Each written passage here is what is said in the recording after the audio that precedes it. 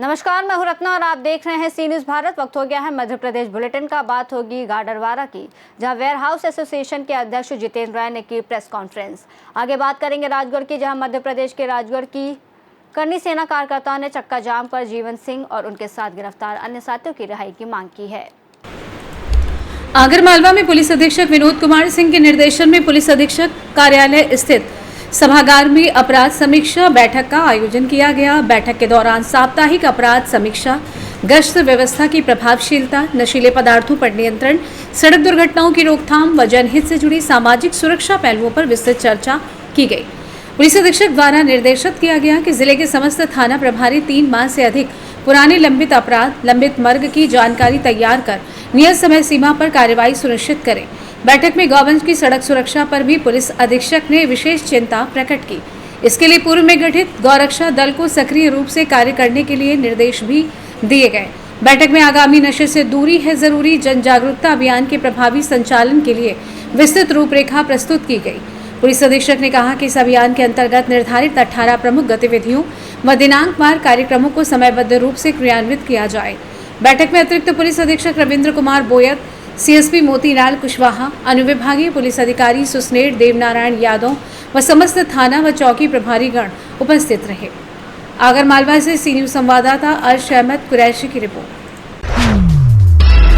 खबर गाडरवारा से, जहां वेयर हाउस एसोसिएशन के अध्यक्ष जितेंद्र राय ने प्रेस वार्ता में कहा कि देवेंद्र गुर्जर अपने वेयर हाउस में मूंग खरीदी केंद्र न बनने से नाखुश हैं और वे WDRA लाइसेंस का गलत इस्तेमाल कर मूंग की खरीदी प्रक्रिया को प्रभावित करने का प्रयास कर रहे हैं।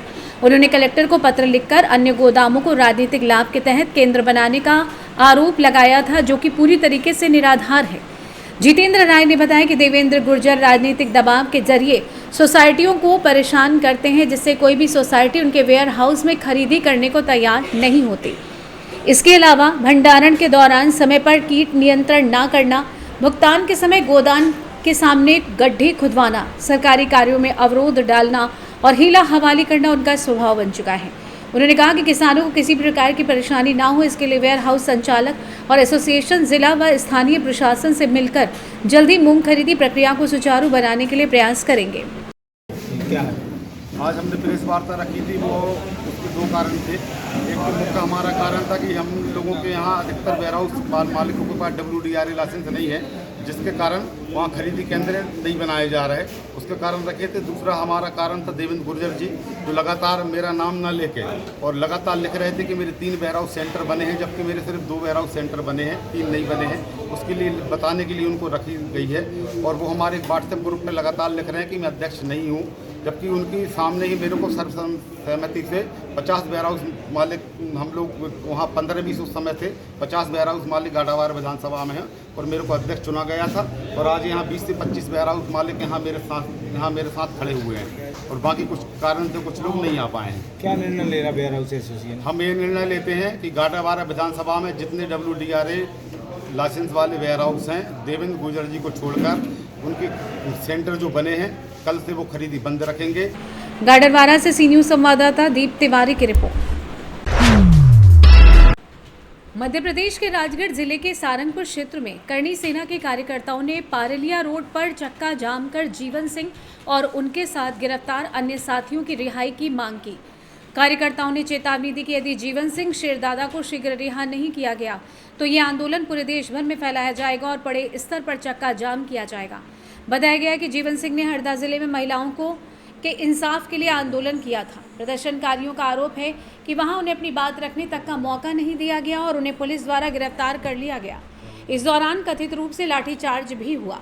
इसे करनी सेना ने तानाशाही और गुंडागर्दी करार दिया। उन्होंने इस कार्रवाई की तुलना ब्रिटिश शासनकाल की नाइंसाफी से की। इस विरोध के तहत करनी सेना ने राष्ट्रपति, मध्य प्रदेश के मुख्यमंत्री डॉक्टर मोहन यादव और राज्यपाल के नाम ज्ञापन भी सौंपा। ज्ञापन को सारंगपुर तहसीलदार आकाश शर्मा, SDOP अरविंद सिंह और थाना प्रभारी आकांक्षा दांडे को सौंपा गया। प्रदर्शनकारियों ने कहा कि आंदोलन तब तक जारी रहेगा जब तक जीवन सिंह और अन्य कार्यकर्ताओं को न्याय नहीं मिल जाता। राजगढ़ से सी न्यूज़ संवाददाता जावेद खान की रिपोर्ट। बेतवा नदी के किनारे पिछले 12 सालों से बाढ़ वाले भोलेनाथ सेवा समिति के माध्यम से पार्थिव शिवलिंग का निर्माण किया जाता है। श्रावण मास के पहले दिन से ये निर्माण कार्य प्रारंभ होता है, जो आखिरी दिन तक अनवरत जारी रहता है। रोजाना बेतवा नदी की बाढ़ में बहकर आई मिट्टी को साफ करके ऐसे शिवलिंग पर जोड़ा जाता है और शिवलिंग का आकार लगातार बढ़ता जाता है। आज श्रावण मास के चौथे दिन पहले सोमवार को विशेष पूजा अर्चना और शिव अभिषेक किया गया। आइए जानते हैं इस विषय में क्या कुछ कहना है जगन्नाथ गोहिया और बद्री साहू का। आज यहाँ जो शिवलिंग का निर्माण किया गया है, क्या है? बाढ़ वाले भोलेनाथ सेवा समिति द्वारा पिछले 12 सालों से लगातार पार्थिव शिवलिंग निर्माण किया जा रहा है। आज चौथे दिन भी पार्थिव शिवलिंग निर्माण किया गया। आज सावन सोमवार का पहला सोमवार है, जिसमें आज करीब 40 से 50 लोगों ने शिव अभिषेक किया है।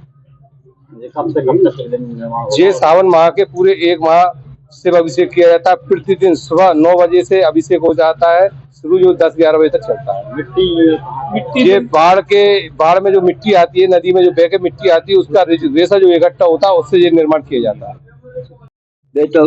मैं जेपी गोहिया नित्य प्रतिदिन यहाँ पर श्रमदान करने हमें सब साथियों के साथ आते। और बाढ़ वाले भोलेनाथ का एक रहस्य है कि यहाँ जो मिट्टी आती थी, लोग गिरते थे घाट पे से, उसकी सफाई करके हम लोग विसर्जन कर देते नदी में। लेकिन एक साल श्रावण का महीना पड़ गया, ये सब लोगों का बहुआ के भाई अपन भोलेनाथ बनाए, तो भोलेनाथ बनाए तो आज इतने उसमें होगा, एक से एक बढ़ के यहाँ पे आदमी जुड़ गए इसके अंदर। और वो भोलेनाथ बाढ़ वाले की जो गणेश जी है, वो बाढ़ वाले गणेश जी कहलाते हैं, क्योंकि विजयपुर से मूर्तियाँ जहाँ तो हम बाढ़ की मिट्टी से ही इनका निर्माण करते हैं, इसलिए बाढ़ वाले भोलेनाथ इनका नाम रखा। और सबसे बड़ी बात है, हमें तो बेतवा से लगन है, कहीं भी जलराशि है, कुआ बावड़ी नदी ताले, उसकी सफाई करने का सबसे बड़ा मेन उद्देश्य है। और सभी से हम तो ये कहते हैं, एक पेड़ अपना लगाइए किसी के भी नाम, जिससे आपके लिए आगे चल कर के 100-200 साल में भी नाम रहेगा कि आपने फलाने पेड़ लगाया था।